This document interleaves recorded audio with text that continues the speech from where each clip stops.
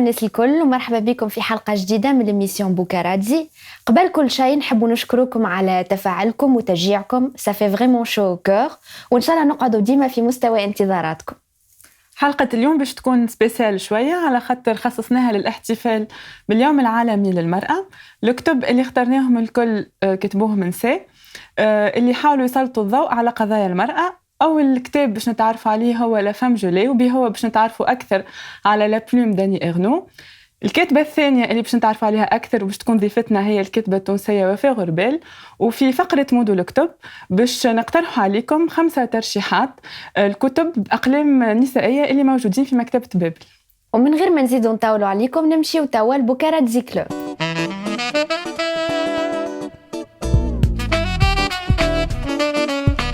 كيف ما قلنا لكم في الحلقة اللي فاتت، الكتاب اللي اخترناه هو لا فام جولي، الكاتبة نحبوها ياسر اللي هي أني إغنو. أني إغنو هي من أهم لي زوتريس فرانسيز كونتمبورين اللي كيما سيمون دو بوفوار ومارغريت دوراس كتبت خاصة بور لا كوز فيمينيست. قبل ما نبداو في تقديم الكتاب نشوفوا فيتاير على حياة أني إغنو وأهم أعمالها.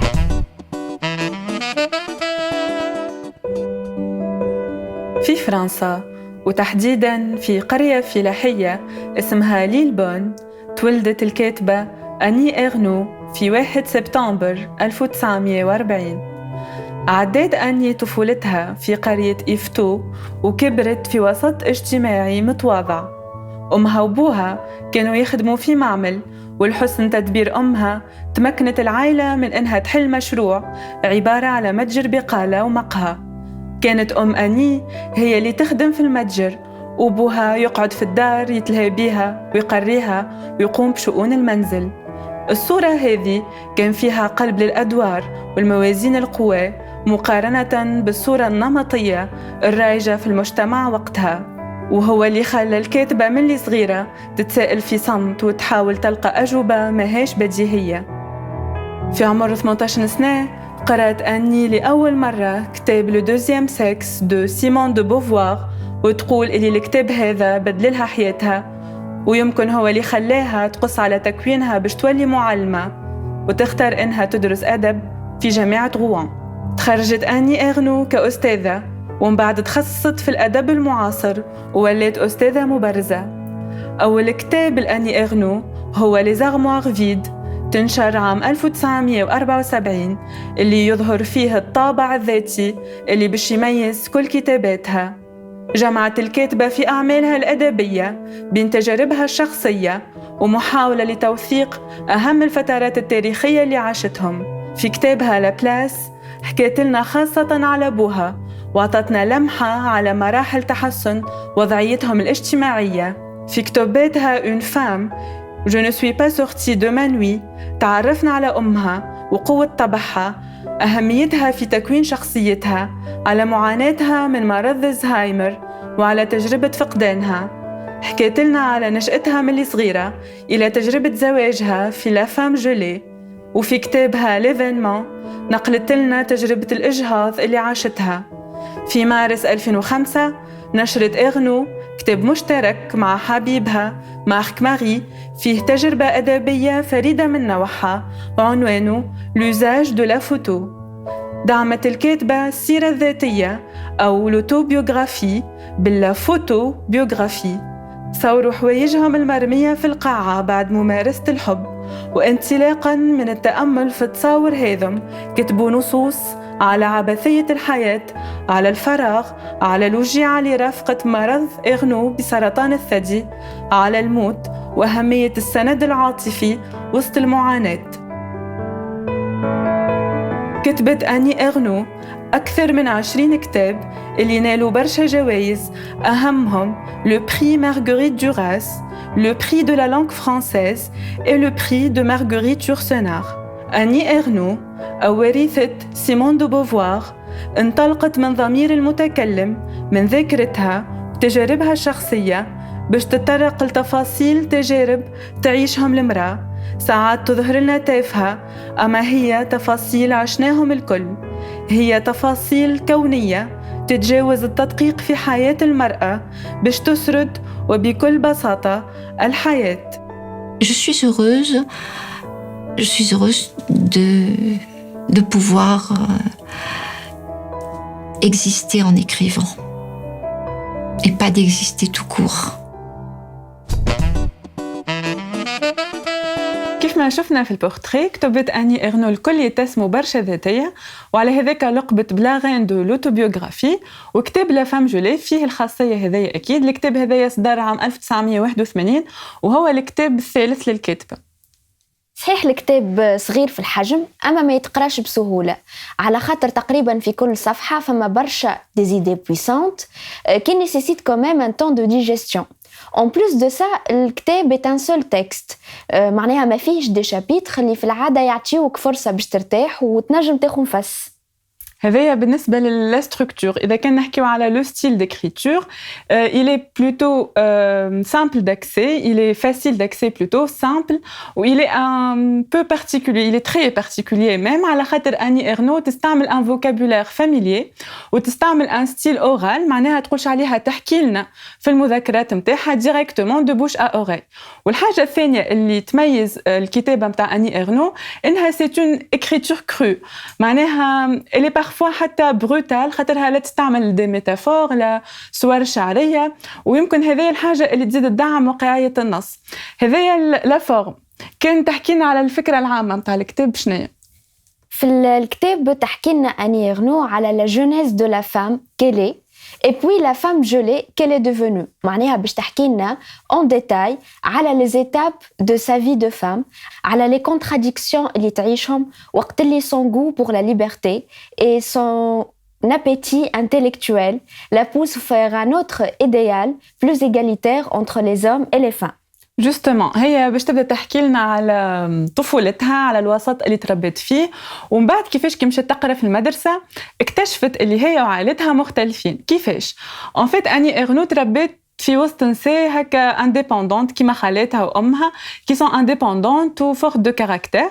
مثلا امها كانت هي اللي مسؤوله على لو كافي ايبيسري نتاعهم وكانت مثلا كي تصير مشكله مع دي كليون تكون هي اللي تتعامل معهم واللي تطردهم كان لازم. بالنسبه لبوها كان بوها هو اللي يقعد في الدار يتلهب بها يتلهب اني يرقدها يقريها يعمل لي تاش ميناجير يتلهب الجرده اتسيتيرا. كما قلت انت درة كي مشيت تقرا في المدرسة من بعد باش تكتشف اللي هذه حاجة ماهيش عادية واللي عائلتها ماهيش نورمال واللي هي بلوتو لازمها تكذب ولازمها تخبي باش ما يضحكوش عليها.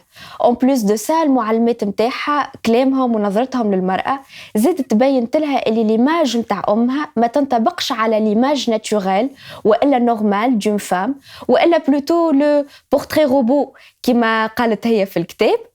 من بعد باش تحكي لنا أني على فترة المراهقة واللي هي تتميز en général بالتغييرات الجسدية.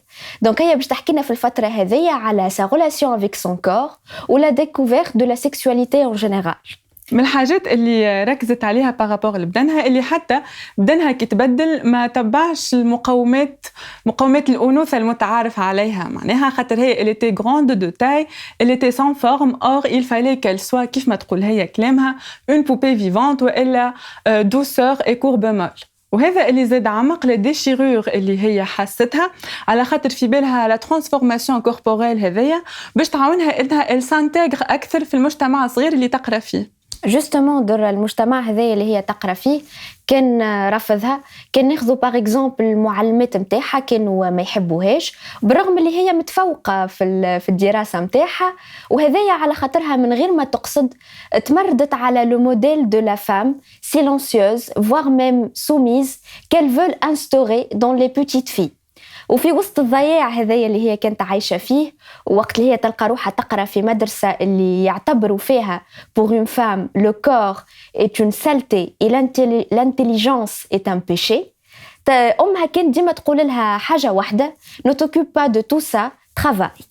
Et justement, Annie a durement travaillé et elle a bellement résisté surtout ويمكن الحاجة اللي عاونتها إنها كانت تطلع ياسر وتقرأ برشا كتب ومن أهم المحطات الأدبية اللي أثرت في فكرها كانت عامة الباك وقت اللي تعرفت على فلسفة سارتر وألبير كامو. تقول اللي هي elle s'identifiait même aux héros de leur roman وعرفت وإلا تعلمت حاجة جديدة اللي هي تقول Que faire de sa vie? La question n'a pas de sexe. La réponse non plus. Je le crois naïvement l'année du bac.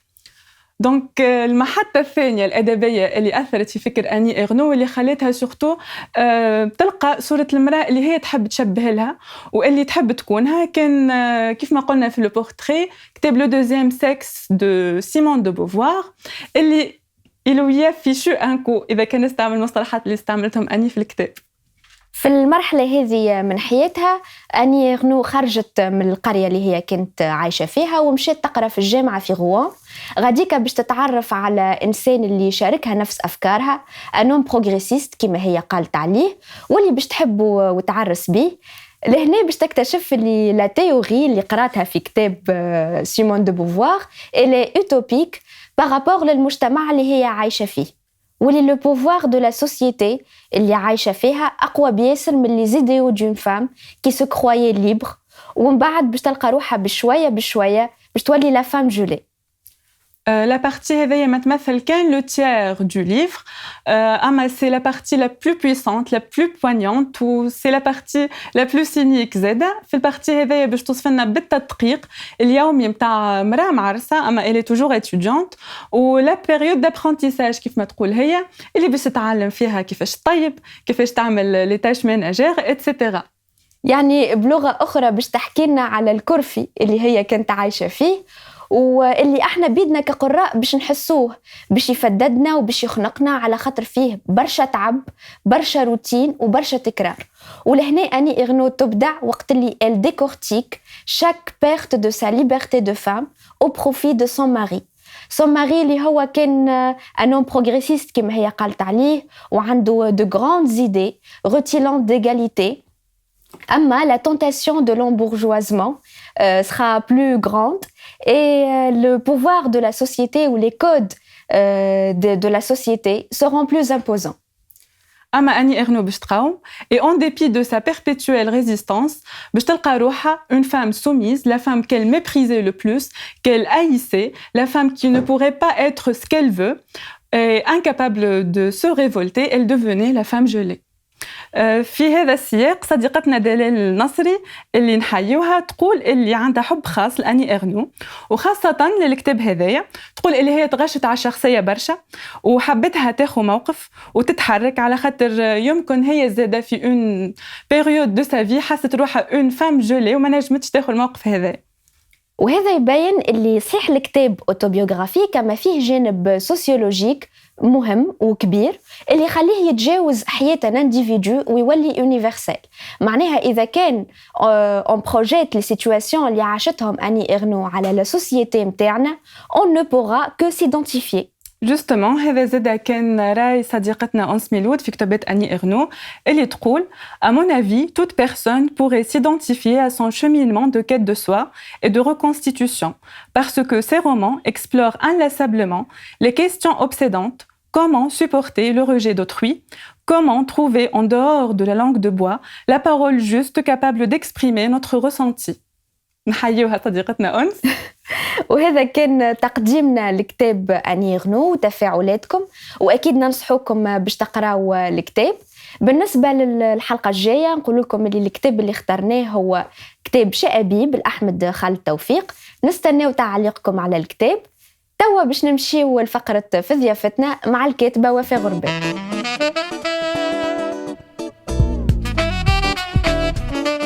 عسلامة. اليوم فرحانين اللي بحذانا الدكتورة والكاتبة وفاء غربال. مرحبا وفاء. مرحبا درا.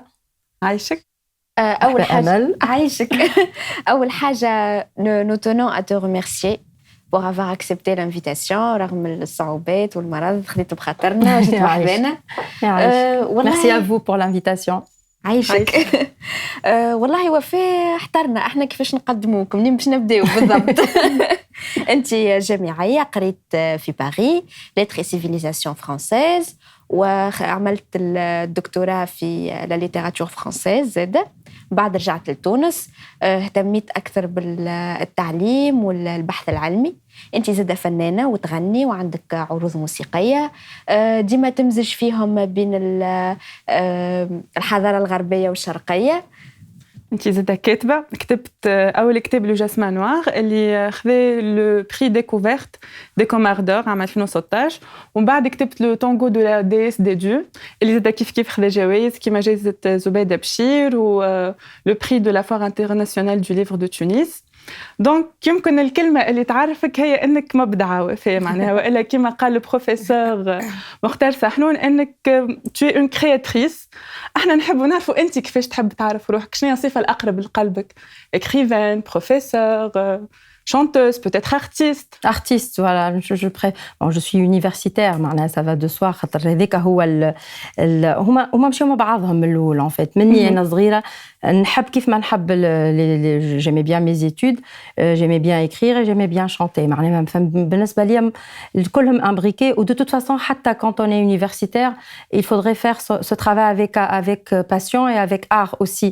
Donc, نخير كلمة artiste أكثر كلمة je pense qui me fait plaisir, voilà. احنا توا باش نبداو بوفاء الكاتبة. انت في رصيدك 3 كتب اللي هما لو جاسمان نوار والياسمين الاسود اللي هو لا فيرسيون عرب تاع لو جاسمان نوار، تو نحكيو عليها بعد دون فاسون بلوز ابروفوندي. في لو جاسمان نوار الشخصيه اللي تحكي هي مرا موجوعه واللي ما لقات كل الكتيبة حليفها الوحيد باش تعبر على ولا بلوتو باش تتحرر من مخاوفها وقيودها. في لو تانغو دو لا ديس دي دون المرة ذي عنا معناها اون بلوم ماسكولين واللي هو الكتاب عبارة على اون ريبونس. نبداو ساعة بالستركتور متاع الكتب هذا. انت اخترت الرسائل واحنا حبينا نعرفوا علاش لو فورما هذا، علاش الجنس الأدبي هذا بالذات. هو je pense اللي اللاتر هي سي ان بريتكست باش تحكي على ذاتها بطريقه سبونتانيه. هما صحيح 3 رسائل لما راهو يشبه اكثر جورنال انتيم كو معناها برشا ناس يقولوا سي ان رومان ايبيستولير. سي فري كو لو فورما معناها اكستيريور on a l'impression qu'il s'agit d'un roman épistolaire, mais pour moi ça ressemble اكثر لل comment on appelle ça الجورنال انتيم على خاطر هي تحكي وكتبت رسائل ماهيش باش تبعثهم لحتى شخص. يعني هما كاين واحد كتب رساله وخليها في بوتي كي لا جوتي الو، ماهيش رساله باش توصل للديستيناتير. دونك هو لو ديستيناتير ني كان بريتكست باش تحكي له على شنو الاوجاع اللي هي مرت بيهم وتحكي بطريقه عفويه كيف ما واحد كي باش يحكي الشخص قريب منه انتيم، يعني في رساله ولا في رسائل. دونك هذاك عليه لو شوا والله وراه ما فكرتش فيه، معناها مش انا جو مسوي دي اي باش نكتب رسائل. ممكن لا ستركتور هي جاتني في كي بديت نكتب جاتني بطريقه عفويه زاده، معناها اني باش نكتب برسائل وحافظت على نفس ستركتور في لو تانغو دو لا ديس دي دون خاطر فما ان رابور ديكو انتر لي دو ليفر بيان كو اللي ما هوش الشخص اللي تكتبت له الرسائل هو اللي باش يجاوب، يعني هو une troisième personne qui va répondre, voilà, un troisième personnage qui va répondre aux premières lettres. Voilà. دونك كيف ما قلت الياسمين الأسود هي النسخة العربية لو جاسمان نوار، كان تحكي لنا على لو بروسيسوس ديكريتور خاصة اللي أنت صاحبة النص. دونك اسكو سيتي إعادة صياغة وإلا سيتي اون ترادكسيون، معناها تو لا ترادوي فراز باغ فراز، ونحبوا نعرفوا علاش اختارت الترجمة العربية بالذات. Alors, الياسمين الأسود البروسيسوس دابور هو ترجمته في الأول كلمة بكلمة حرف بحرف جملة بجملة كيف ما يصير يعني، ومن بعد بيان سور صارت إعادة معناها خاطر لا ستركتور دو لا فراز بالعربي ولا ستركتور دو لا فراز ان فرونسي ني با دو تو لا ميم، وماهيش معناها الترجمة ماهيش اكزرسيس دو ترادكسيون كلمة بكلمة، وفما جو عام وفما نسق عام وفما اون ميلودي، فما موسيقية الجملة العربية اللي ماهيش كيف ما الفرنسية. دونك في الأول معناها الخدمة الأولى متاعي هي كانت الترجمة الحرفية، ومن بعد عودت خدمتها معناها أنا وناس يعني سبيسياليست en langue arabe باش عودنا معناها خدمناه التكست باللغة العربية وما يبداش في ترافاي عرفت كاينو باتشوارك، كاينو واحد شد كلمة لصقها في كلمة باش يعطي لونيفير ني با دو تو لو ميم، حتى ولو الكلام هو نفسه تقريبا، أما اليونيفير نتاع النسخة العربية واليونيفير نتاع النسخة الفرنسية وموسيقية الجملة اللي أنا بالنسبة لي الموسيقية نتاع ما يكفيش أني عندي فكرة نحكيها، لازم الكلمة لا شوازي لازمها في بقعتها ولازمها ترن في وذني بطريقة معينة. إذا ما فماش موسيقية الجملة هذيك بالنسبة لي الجملة ما هيش باهية. دونك le processus ترجمة كلمة بكلمة وجملة بجملة من بعد il y a un grand travail sur l'harmonisation de l'ensemble اللي معناها قمت به مع أستاذتي متاع العربية عايدة ربيعي اللي هي كانت معناها أستاذتي ولا تزال صديقتي المقربة وعاودت قريت حتى التكست مع سي شكري مبخوت اللي زاد هو نفسه يقدم كتاب الياسمين الأسود دونك هي مسألة عرفت تنسيق هي الكوتي artistique de la chose. Donc أنا قمت بالكوتي البلوك الأول وبعد يفعلي خاطر أنا بعدت بحكم الاختصاص بعدت برشا على اللغة العربية ولكن مازال كمان الحب متاع اللغة هذيك معناها فيها.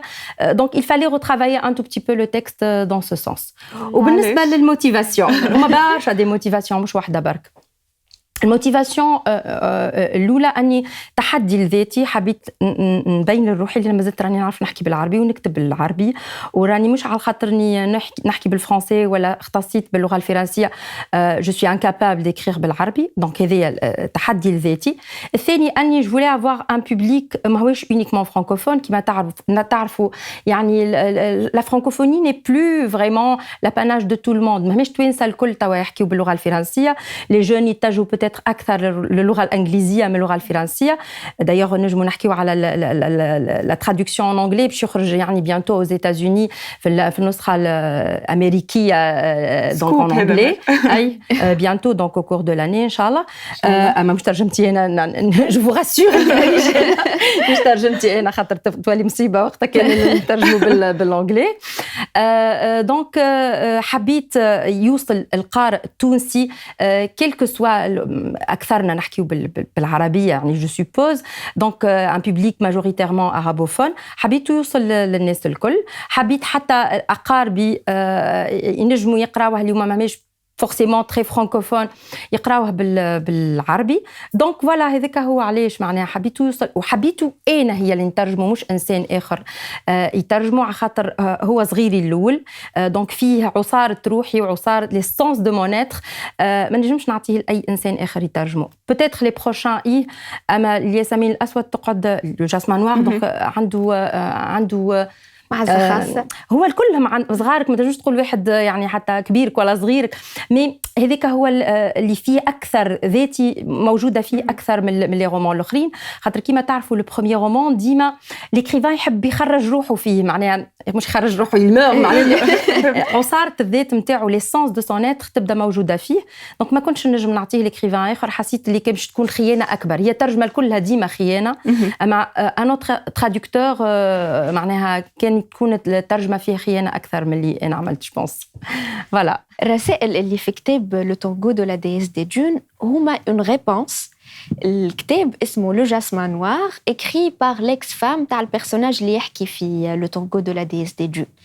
أنا الحقيقة وقت اللي قريت زوز كتب جايو هكا اون بوتيت كونفوزيون على خاطر كيما فما دي سيميليتود qui confirme qu'il s'agit d'un seul et même couple كيما فما زاد des différences اللي ساعات يخليوني نقول لا قاعدين نحكيو على un contexte différent ou des personnages différents.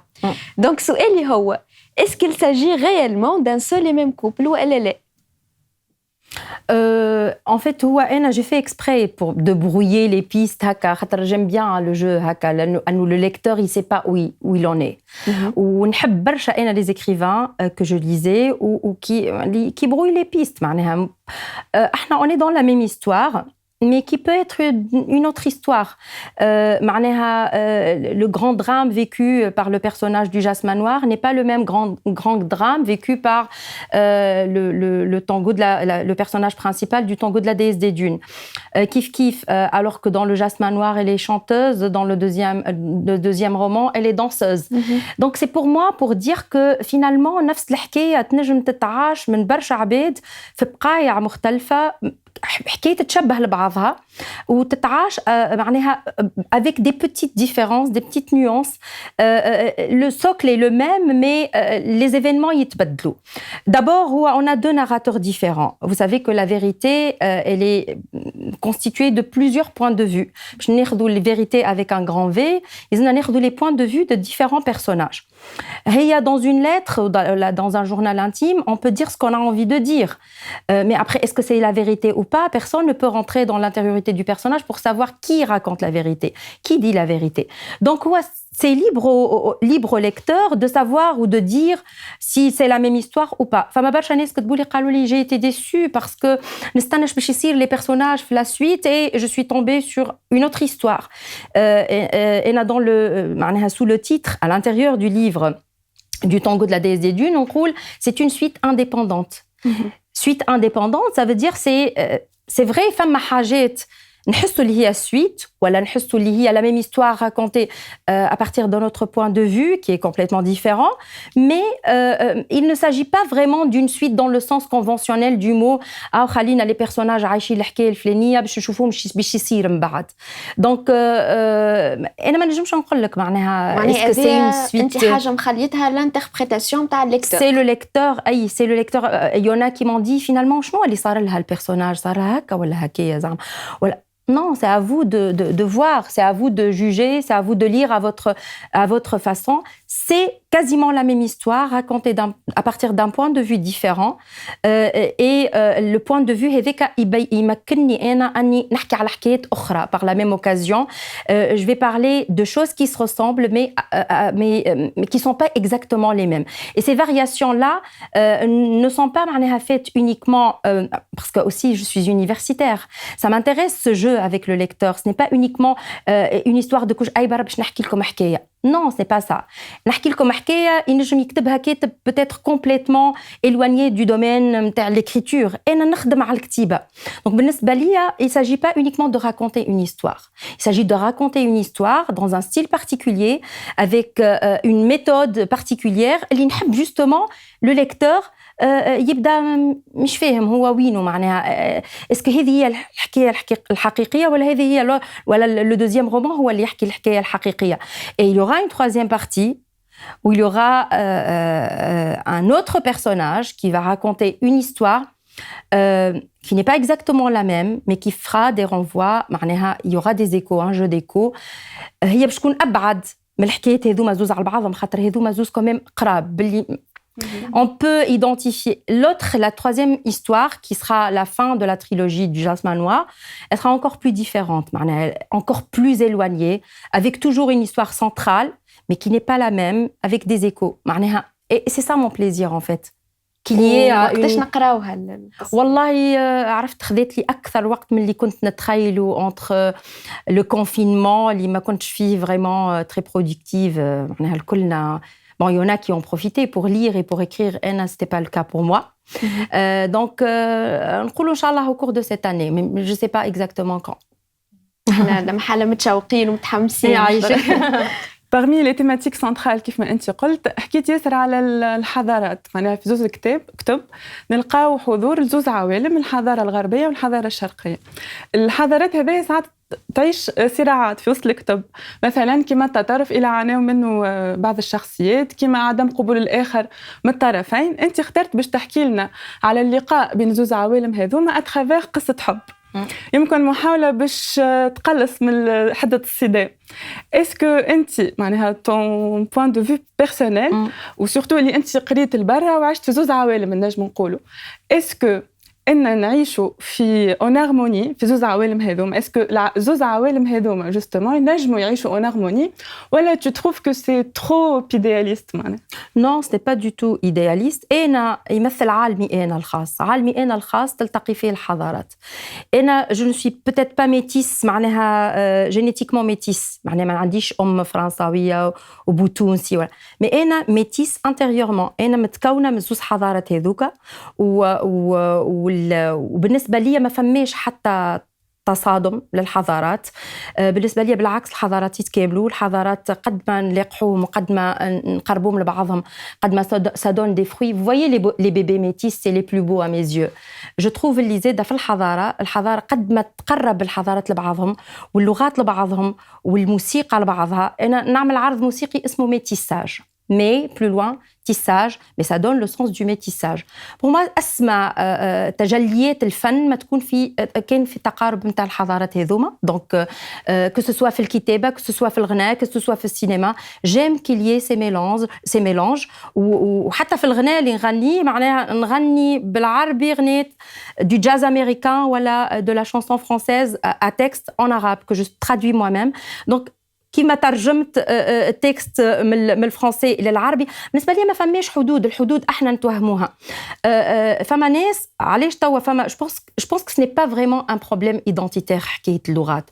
جو بونس اللي فما فشل في تعلم اللغات توا اللي فما ناس ما عادش تحب تحكي بالفرنسي ولا بلغات اخرى اي كوم يعني يخليوها على شماعه اني انا عندي حضاره انا مش ما نحبش نجتث روحي من ثقافه عربيه. نو انا عربيه وهويتي هي عربيه وعربيه منفتحه على الحضارات الاخرى. جو ني فوا با دو بروبليم.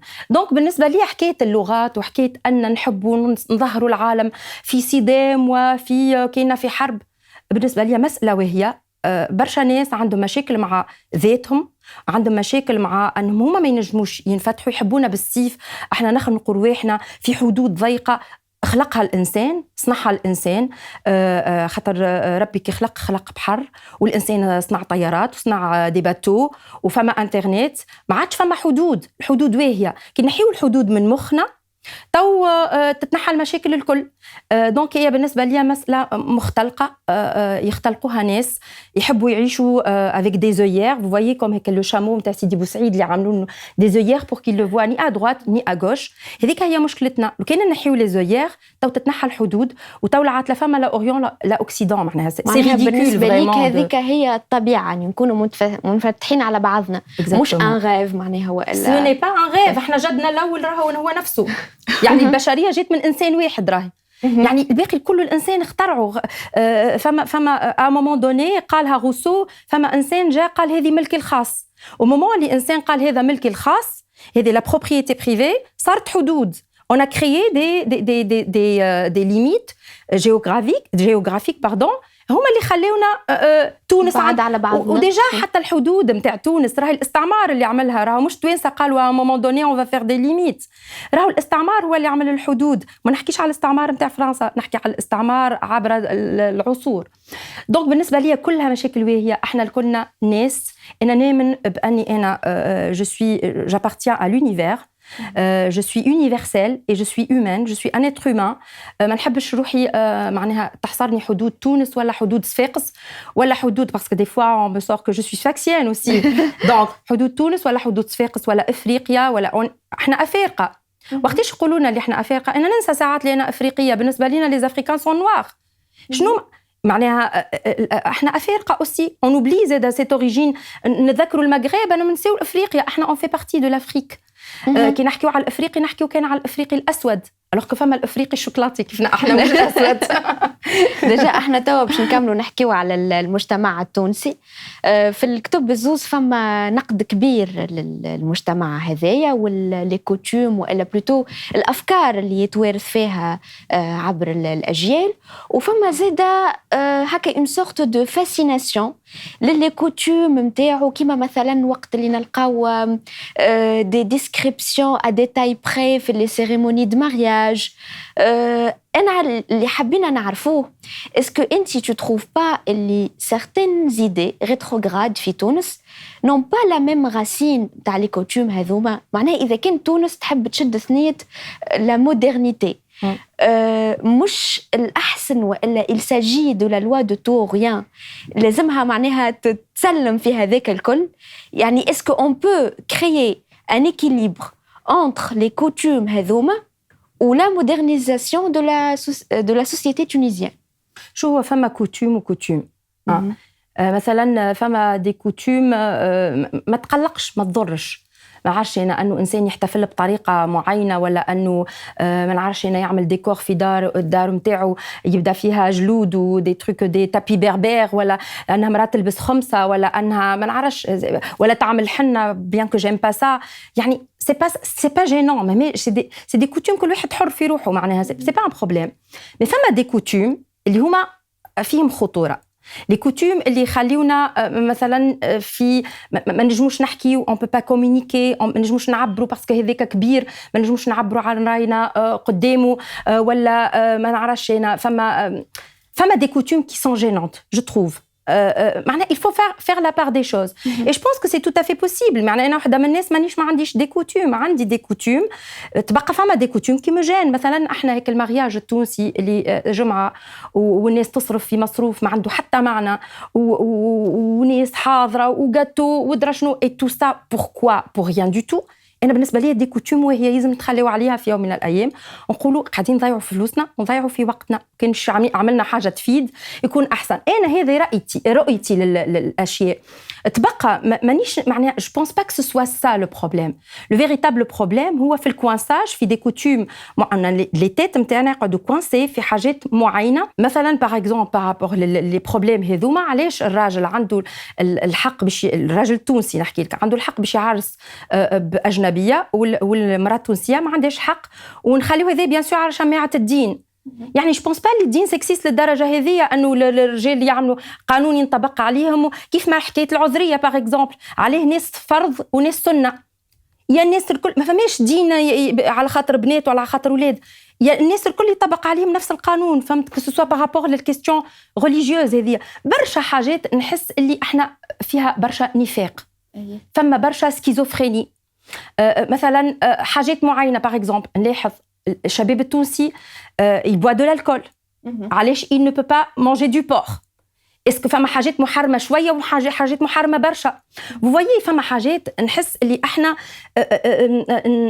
نعملوا on reconduit des choses اللي احنا سمعنا بهم غير ما نخدموا مخنا ما غير ما نحاولوا نفهموا شنو هو علاش pourquoi certaines choses فما حرام على نوعيه معينه من الناس وحاجات اخرى حرام على عباد اخرين خير ربي عطاني عقل ولا ما عطانيش عقل à partir du moment اللي ربي عطاني عقل لازمني نفكر وحدي par mes propres moyens نقرا قراءتي شنو تفيدني راهي la lecture c'est pas pour dire اني j'ai lu une pile de livres ma lecture c'est pour dire انا وسعت الافاق نتاعي انا نحيت لي باريير اللي qui m'empêchent de voir plus loin que 400 متر اللي دايرين بيا فوالا سي سا يعني انا نطمح المجتمع يتحرر شويه من القيود نتاعو وراهي القيود نتاعو مش في بوه وامه في داخله هو رانا مشكلتنا في ذواتنا تصالحنا مع ذواتنا قبل ما يكون تصالحه مع المجتمع اللي داير بينا في علاقة بالحريات معناها نكمل مع كلامك وانت قبيله حكيت على القوانين اللي في تونس اذا كان ناخذوا سيغتان بيرسوناج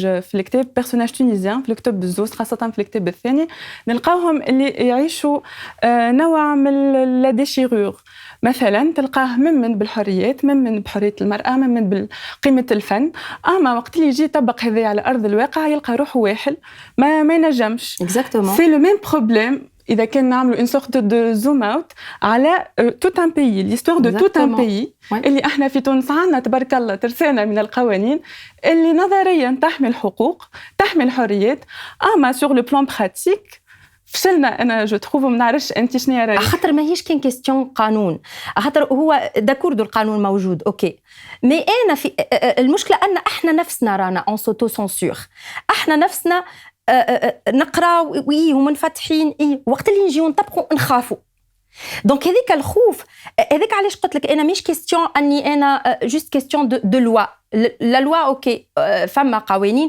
وراهي القوانين نتاعنا معناها تتسمى مش خايبه في مجملها فما بون هذه لا لوا elle a été changée معناها هوروزمون توا لا فام جو نسي با دايوغ ا كيل بوين تطبق توا اسكو المراه بالحق عندها الحق باش تتزوج باجنبي وراهو معناها تمشيوش تقولوا علاش تحكي على الحكايه هذه بالذات نو سي با سا لو بروبليم عطيت جوست ان اكزامبل خاطر لو جاسمان نوار يحكي عليه وخاطر تطرح لي انا الكيستيون قديش من مره في دي كلوب هكا وفي يستدعوني باش نحكي يقولوا لي شنو هي الخطوط الحمراء وعلاش اون تونيزيان كي سماري افيك ان اترونجي والدين الاسلامي ما يسمحش يعني وفما جوجمون مورال لي بيرسوناج alors que normalement devrait pas y avoir un jugement moral لي بيرسوناج دونك هي مش كيستيون قانون البيرسوناج نتاعي هي عايشه لبرا في فرنسا ودونك تنجم تسحب روحها شويه من القانون التونسي مي المشكله في الادوكاسيون احنا نرسخوا في صغارنا ما غير ما نشعروا حاجات يعني المراه هي تكون مثلا هي صغيره كانت تحب تكون متحره اي بورتون كيف تجيب صغار باش ترسخ فيهم نفس القوانين اللي هي معناها رسخوها والديها فيها. inconsciemment on reproduit le même modèle usé على الاخر. يعني يلزم وقت معين نفيقوا نقولوا يزي راني انا كيف ما حبيت انا روحي نتحرر وما نجحتش، خليني انا نعلم صغاري ان اوتر موديل. سا مفو با دير انا نجتث روحي من ثقافه تونسيه ولا من ثقافه مسلمه ولا عربيه، نو مي نخليهم ils s'assument tels qu'ils sont. Le personnage principal, le Jasmin Noir, a vécu un drame qui a détruit sa vie, نجم نقولوا. أما هي في وسط هذا الكل خيرة الصمت، عمرها ما طالبت بحقها، عمرها ما تكلمت. علاش أنت تفسر الموقف باش بلوتو تفسر الموقف هذايا، وإسكو هذايا عنده علاقة بطريقة التعامل في تونس مع لا سورفيفانت؟ هي ما نعتقدش أنها اختارت الصمت. كلمة اختيار معناها أنت هي كأنها elle avait la possibilité de parler. هي صارت لها حاجة خايبة برشا، عمرها 8 سنين. Et à 8 ans, on n'a pas encore la possibilité de choisir. معناها إنسان عاش تروماتيزم في 8 سنين مش باش يقوم يحكي عليه، لشكون يحكي عليه؟ On va le juger. Elle savait même pas ce que c'était. Donc معناها ما نجموش نقولوا اختيار. كي كبرت عمرها 28 سنة تحكي لنا في الحكاية متاعها، لا ولا عندها الاختيار. ميك باش تحكي حكاية عندها 20 سنة، شكون باش يسمعها وشكون باش يصدقها، وإسك الحكاية اللي حكيتها زعما حلمتها ولا حكيت عاشتها بالحق. دونك جو بونس لي كيستيون تاع الاختيار نجمو نحكيو عليها كيف يبدا الشخص كبير في عمر معين، معناها ما نعرفش انا 16 سنة peut-être on a plus de facilité à avoir du recul, à comprendre ce qui est bien de ce qui est mal. Mais في العمر هذاك ما تعرف لا البيان لا لو مال. elle est encore enfant, elle est encore معناها petite fille innocente. Et puis vous savez في تونس عندنا مشكلة متاع éducation par rapport للحكاية هذيا. احنا في تونس ما عندناش éducation sexuelle par exemple. احنا في تونس ما احناش متصالحين مع أجسادنا، احنا ما نعرفوش نسميو معناها جسدنا، ما نعرفوش نسميو أعضاء من أجسادنا y compris بالعربية. مثلا أنا في الياسمين الأسود j'ai eu un problème, un véritable problème. أني نلقى الكلمة نعرفها بالفرنسية quand ça touche au corps، كي نجي نلوج عليها بالعربي ما نلقاهاش، خاطرني احنا كلام ما احناش داخل في الفوكابولير نتاعنا، المصطلحات نتاعنا. عندنا كان الكلمات النابية اللي أنا ما نحكيش على الكلمات النابية، نحكي على أن نتعلموا جسدنا، نفهموه شنو هو، نعرفوا الفونكسيون نتاع شاك اورغان دو نوتر كور. هذه مشكله كبيره نعتقد اللي هي معناها اشاك فوا نسمعوا يفون فيغ معناها باش يدخل ليدوكاسيون سيكسويل في التعليم، نسمعوا به كلام غيف الوغ كو علاش نستناو حتى يجيو جماعه الرقاب يغتصبوا الاطفال باغ اكزومبل باش نقرروا انه تتقرى ليدوكاسيون سيكسويل؟ علاش نستناو ديما المصيبه تصير باش نحاولوا نجيبوها؟ يلزمها من صغير نفهموه وين الحدود، وقتاش تبدا حدوده، شكون الناس ما تنجمش تمسوا في مناطق معينه من بدنه مثلا. هذه الحوايج هذه ما علمناهاش لصغارنا، وهما ممكن كان حكينا لهم ان هما صغار ما كانتش تصير الحاجه من اصله، خاطر كانوا فاهمين شنو كيفاش يدافعوا على ذواتهم. ما دامنا ما حكينا لهمش سي نورمال باش يصمتوا باش يسكتوا، خاطر يخافوا، خاطر ما يعرفوش كيفاش الام ولا البو باش يلفون رياجير بارابور ا سا. خاطر احنا مازلنا نحكيو على معناها على اون فام معناها دو بروميير شوا وين فام دو دوزيام شوا، كي تبدا فيولي ولا كي تبدا مطلقه باغ اكزومبل. يعني ما زالت العقليات معناها ساعات شيء من المضحكات المبكيات أن في القرن 21 ما زال مثلا بعض الأشخاص معناها يساموز à droite et à gauche avec des filles et quand il s'agit de se marier ils veulent une femme vierge. يعني café comme hypocrisie je sais pas comment le dire يزيو من اللي فات. c'est ça ce que j'ai envie de dire. فوالا جوستومون انت حكيت على الخور اللي موجود في المجتمع معناها التونسي، حكيت على الانتهاكات، على الاغتصاب للصغار وللنساء والا الرجال. اما فما برشا توانسه اللي يقولوا اللي يزينا من الحريات، المراه خذت برشا حريات، فوالا سو ني بلو ليجيتيم انها تزيد تطالب بحقوق. انت شنو رايك معناها؟ اسكو تو تروف اللي يزي معناها تخيلي انا نقول لك يزي لا اما بلوتو شنو ما لي بريوريتي تشوف انت تو؟ فماش بريوريتي بالنسبه لي الحريه هي الاولويه الاولى، ما فماش اكثر حاجه مهمه من الحريه. اذا احنا تحررنا معناها مع ذواتنا، وراني ما نحكيش على الحريه بارابور للوتر، تتحرر دابور انت داخلك، افهم انت، عامل عركه في وسطك في داخلك واخرج منها، عارف روحك انت شنو، وبعدها اون فوا انت فهمت روحك راك باش تتحرر مع الباقي. مش كيستيون قانون كهو، خاطر احنا القانون التونسي راهو اون بو دير معناها من احسن القوانين اللي موجوده بارابور على كيستيون دو لا فام باغ اكزومبل اون كا دو ديفورس كومون سا سباس بارابور للحضانه بارابور لبرشا حاجات. المراه عندها حقوق مش ما عندهاش حقوق، مي هذيك حبر على ورق. نحب نحكي لكم على الواقع، انا نحكيو على الواقع انه الانسان كيف يعمل عركه في داخله ويحزها ويعرف روحه هو هكا ولا هكا. اعرف شنية انت ذاتك تو بعدها انت تعرف حريتك، وراهي الحريه ما تتعطاش، راهي الحريه تتاخذ. مش حد يجيك يقول لك تتفك، مش حد يقول لك هيا يا سيدي واعطيناك حريتك. نو، انت العبد كي تحروا يرجع منين جا، خاطر هو مش متعود يعيش حر. يرجع من البقعه اللي انت حررت ويقول لك ليه عاود نو سي با سا. انا نفتك حريتي، انا نعرف شنو، مش نستنى في فلان ولا فلتين باش يقول لي انت هي الحريه نتاعك. وما فماش ما تتجزأش الحريه. كيف ما انا نحب نكون في سيستم بوليتيك حره معناها نعبر نرمي صبعي في الحبار باش انا ننتخب ادغوات ولا اغوش ولا او ميليو ولا بو امبورت. كيف ما انا الحريه ما تتجزأش، ما فماش شويه حريه بوليتيك وحريه نو. الحرية هي على جميع الواجهات، ومن بين الواجهات الأساسية هي حرية معناها الذات، حرية الإنسان كيل سوا أم أو فام، وحريته أنه يثبت ذاته معناها face à une tradition qui lui correspond pas, qui ne lui convient pas.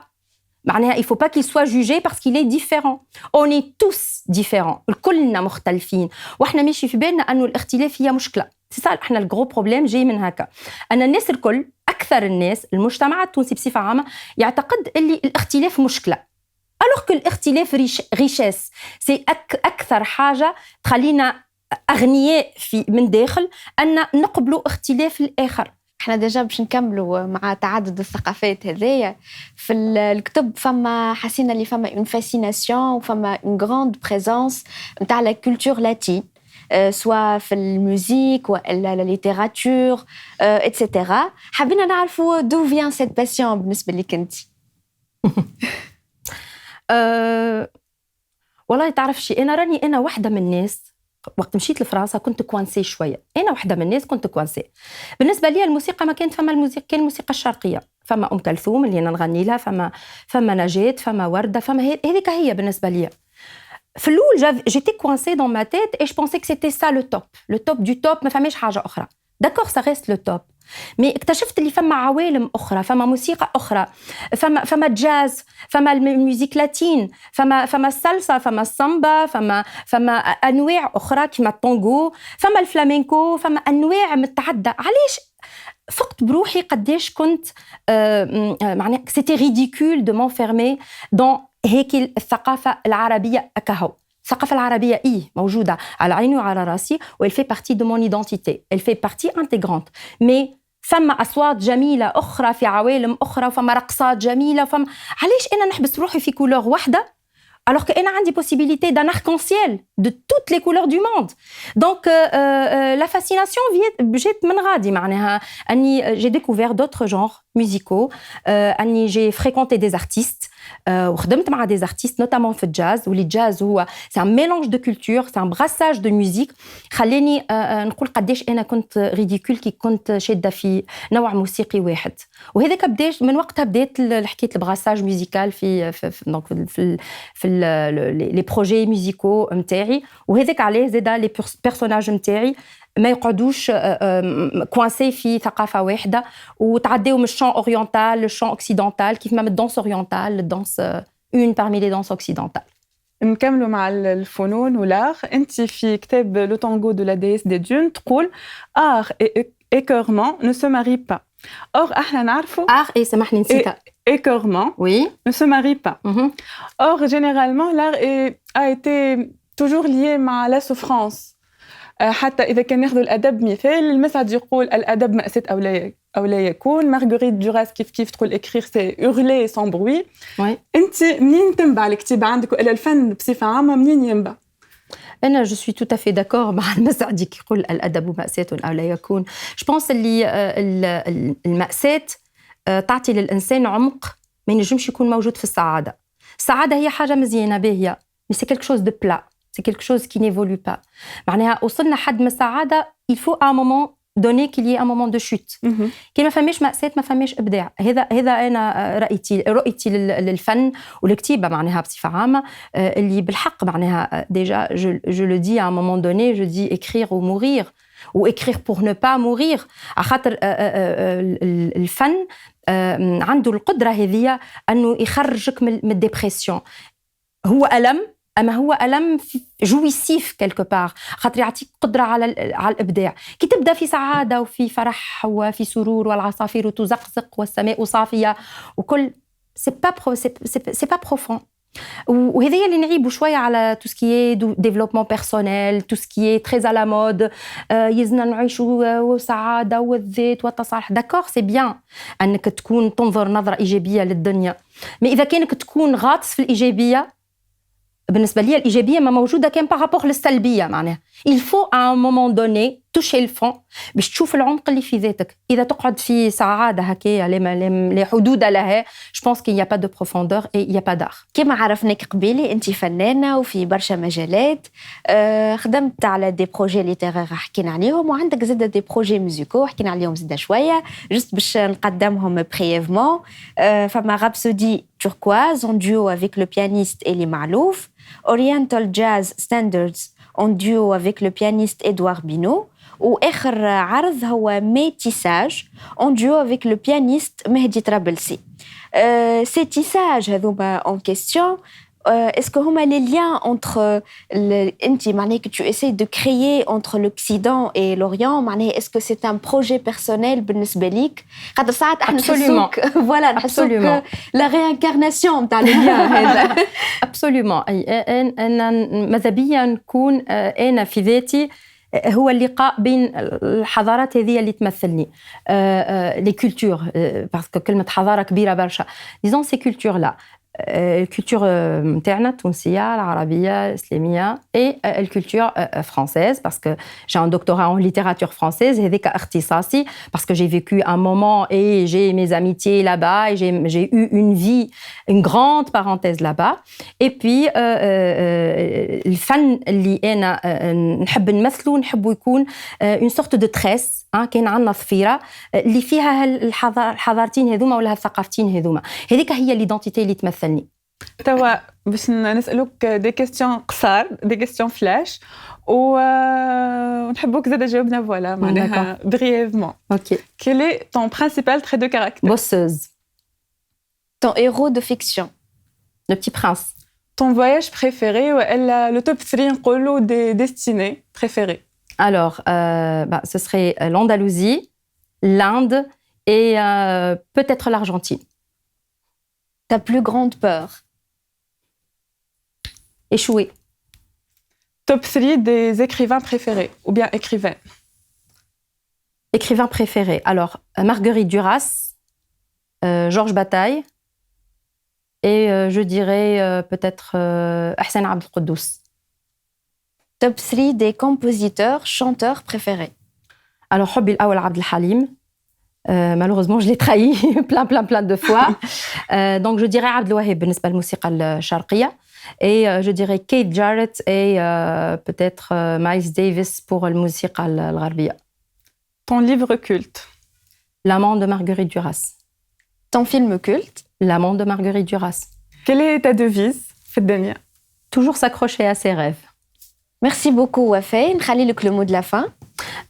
Merci à vous deux d'avoir pensé à moi pour cette invitation. Ça m'a fait très plaisir اللي كنت معاكم. إن شاء الله العبيد اللي يتابعونا ما يحسونيش كنت ثقيلة عليهم. Merci des questions qui m'ont été posées qui étaient très intéressantes.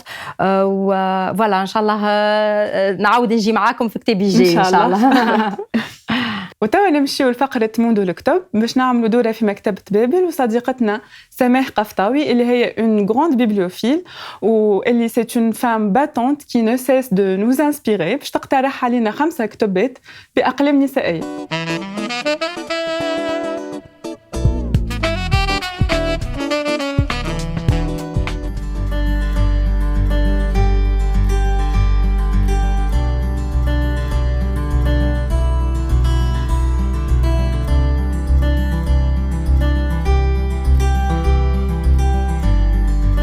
عسلامة، معكم سماح من مكتبة بابل. اليوم باش نقدم لكم مجموعة من الكتابات النسائية من ترشيحات مكتبة بابل، والكتب هذه معناها لاقية رواج عند القراء التوانسة. الكتاب الأول نزيلة دار الأكابر للدكتورة أميرة غنيم اللي صدر في أواخر 2020 عن دار نشر المسكلياني. الرواية هذه تاخذ القراء الأجواء التونسية في ثلاثينيات القرن الماضي، وين نلقاو معناها زوز عائلات بلدية وثم حكاية حلوة، قصة عشق بين البطلة وبين طاهر الحداد.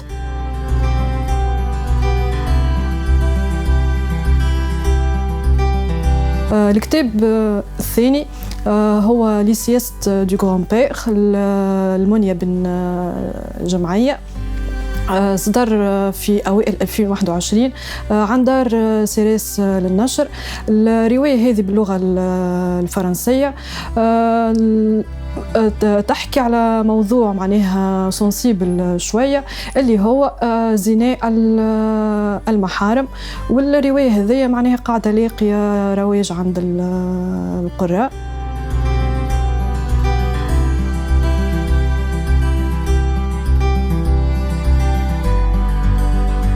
الكتاب الثالث هي دراسة صدرت حديثاً عن دار الجنوب، اسمها الولادة في تونس، الطقوس والرموز، لسهام الدبابي المساوي. كيف ما يقول اسم الكتاب، الدراسة هذه باش تحكينا على الطقوس اللي تصاحب المرأة من فترة الحمل للولادة للوقت اللي تبدأ نفس فترة الرضاعة.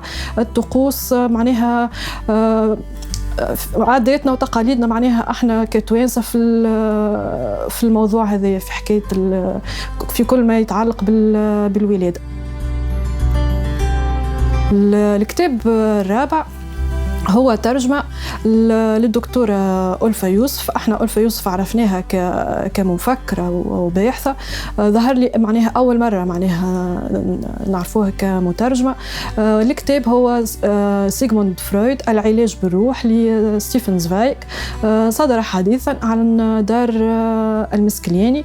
الكتاب هذا هو السيرة لسيغموند فرويد.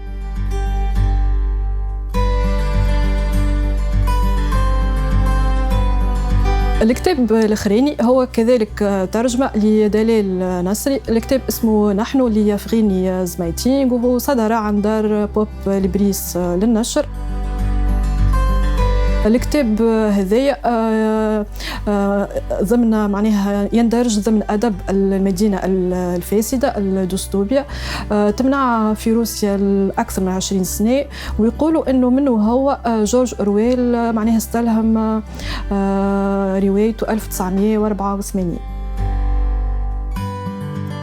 نتمنى أنه ترشيحاتنا للحلقة هذه عجبتكم. الكتب هذه تلقاوها متوفرة في مكتبة بابل، نهج غانا، تونس، الباساج.